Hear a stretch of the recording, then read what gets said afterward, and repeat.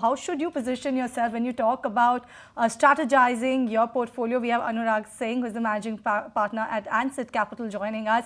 Thank you so much, Anurag, for joining us this morning. Good morning to you. And it's not been a great morning or afternoon when you talk about the US markets. A sharp slide coming in, especially the Magnificent Seven also saw a sharp knock. How should one actually read into this and the developments day in and day out? Now Trump is actually targeting Jerome Powell once again.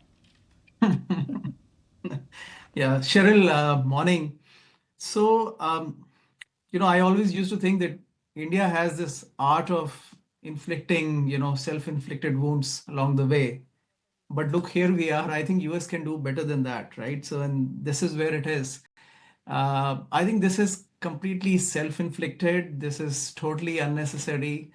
And whatever be the end goal that Trump had in mind, that's not happening, right? Because even at an elementary level, I think he thought that maybe higher tariffs would result in lower yields and strong dollar. It happened for a bit, but then it didn't, right? So ultimately, exactly the reverse is happening.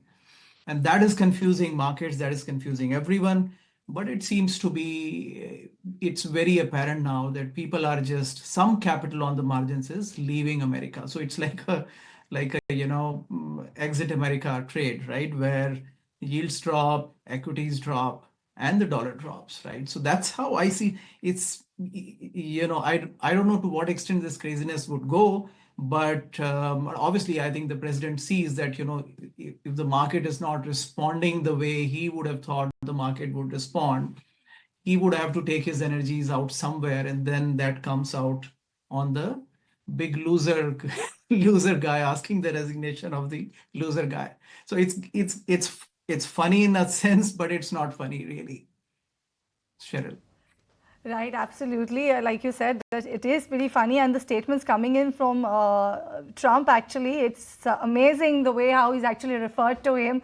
And I quote, he's saying that the US economy is headed for a slowdown unless Mr. Too Late, a major loser, lowers interest rates and now. So yes, those comments are on everyone's mind. But apart from that, what's exactly happening when you talk about the tariffs? Because everyone's waiting that there will be some deal struck or no. Now you have talks that Vietnam deal may be out soon, and a lot of companies that may actually end up benefiting from that. So how should one actually read into all of these developments, Anurag? Because it's very difficult to gauge the market right now. While yes, US markets are down and out, back home we managed to actually scale a record high level on Nifty Bank.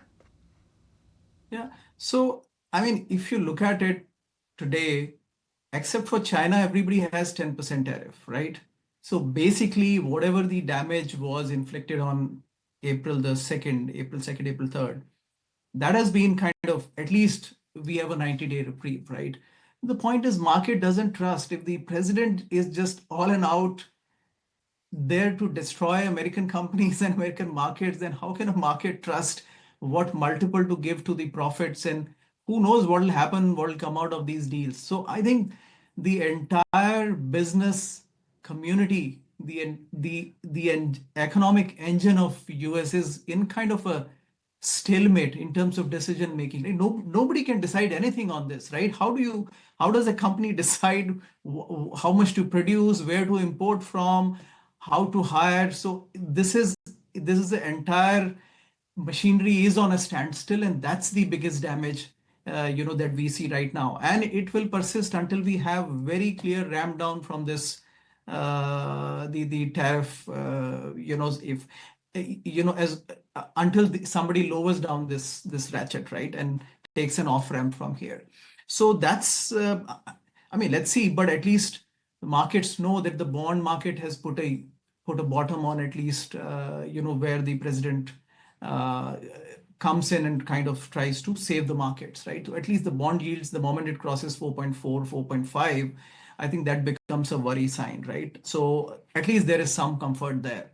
But yeah, Cheryl, I think in terms of US market, I still believe that US is actually the place to be. People are talking about money moving to Europe. That's a dead end. Europe is not going to perform. You've got to decide where your money is going to be. Europe has not performed for the past 15 years. So my firm belief is money can go to China, money can go to India, but it certainly is no, is not going to go to Europe. So eventually, US is going to prevail. On the margins, I'm sure India will do well, and so will China, right? So I mean, India is likely to be a beneficiary, although on the margins of the risk of manufacturing coming out of China. So there'll be some benefit. It will not be substantial, but it will be there. Aside of that, yeah, India is on domestic engine, domestic economy is doing good. I mean, it's not too bad relatively to the world. So, I'm quite positive India will do well along with China. Expected to do well, and yes, Anurag, in terms of the fund flow, though India has been witnessing a bit of an outflow, but the number this time that is standing for the month of April stands quite minuscule, while China, the inflows continues for that particular market. But Anurag, sectorally, help us understand that where is the FI's interest coming in when it comes to the Indian markets, because yes, we know that their major exposure has been in the financial space, and that space is definitely rocking. But other than that, help us understand which sectors are looking good at this point in time, and where are the FIIs trying to look at this point in time? So, Srishti, there's a long-term view on your question. There's a short-term view. Whatever the flow is coming to India, usually the trend is if the dollar weakens, it is at 98. It's pretty, I mean, it was 110, believe it or not, like a month and a half back. So whenever dollar weakens, the money comes to emerging market. But this time, dollar is weakening for a wrong reason. And my sense is Chinese are dumping, and even the Japanese are dumping the dollar for the time being on the margin. So that is one reason. That's why you don't see a huge gush of money coming to emerging markets. So that's the immediate short-term reason. Long term, the trend is that Indian market, I strongly believe you can keep counting on the margins, but I'm of the school of thought that the peak of FI holding in India happened in 12-13, which was like 22%. Now it's back at 15%. It might range, go down to 12%. Eventually, the trend will continue. If there is such a long-term persistent trend, there is no reason that should change overnight, right? But domestic flow is huge, so I think something has to balance out.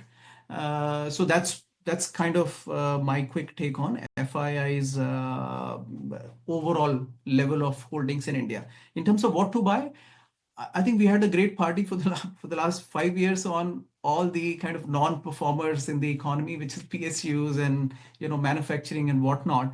I think we need to come back to the core of technology, banking, and FMCG, because next 3 years in Indian market are not going to be rocking returns. They're going to be like 7, 8, 5, 6, 7, 8, 9, 10% returns in the market overall. And so this is the time where you absorb the returns you've made for the past 5 years and build on that. So in that sense, I think you always go back to those stable sectors which drive the economy, which is FMCG, banking, technology, and a bit of healthcare, of course, which is a rising sector. And I think it is not a time to get into any of these fancy sectors, which people tried for the last 3-4 years. Yeah, absolutely. And given the RBI backing that you're getting for financials, why would you not be in banks and stay put there, given that the new LCR guidelines are very, very positive for liquidity? But Anurag, great to have you on the show. Thanks for your time as always.